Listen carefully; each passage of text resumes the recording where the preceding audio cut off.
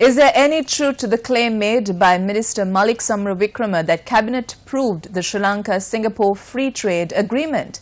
News First takes a closer look. During the debate on the Sri Lanka-Singapore Free Trade Agreement in Parliament yesterday, Minister of Development Strategies and International Trade Malik Samaravikrama said the draft agreement was passed in Cabinet with the considerations of several ministers and the Attorney General. The 14 observations were made in the presence of SB Dissanayake as well. It was reproduced on the 16th. I have the Cabinet paper with me. I asked this from the Attorney General and he said there is no impediment.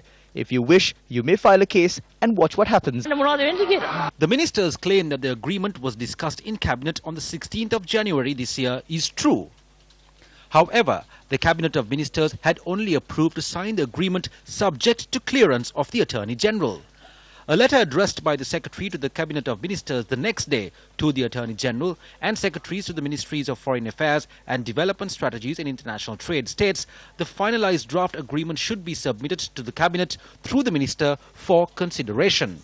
While the letter dated the 17th of January 2018 had reached all the relevant sectors by the 19th, the agreement was signed on the 23rd.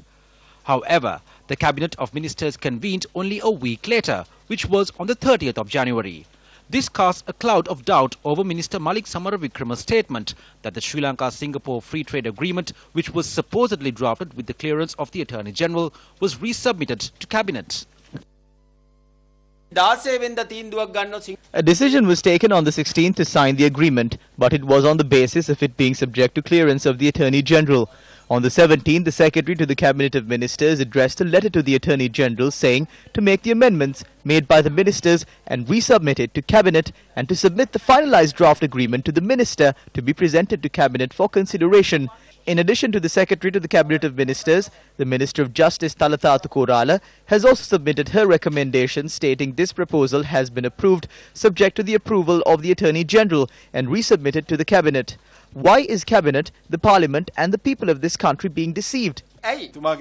He said go to the Supreme Court and see what happens. So we will go and see. We have filed a case at the Supreme Court. So we will see what happens. යම් සාධාරණයක් මේ රටට කරන්න මේ යටතේ අර්ජුන් මහින්දනෝ ලංකාවට ගේන්න බැරිද?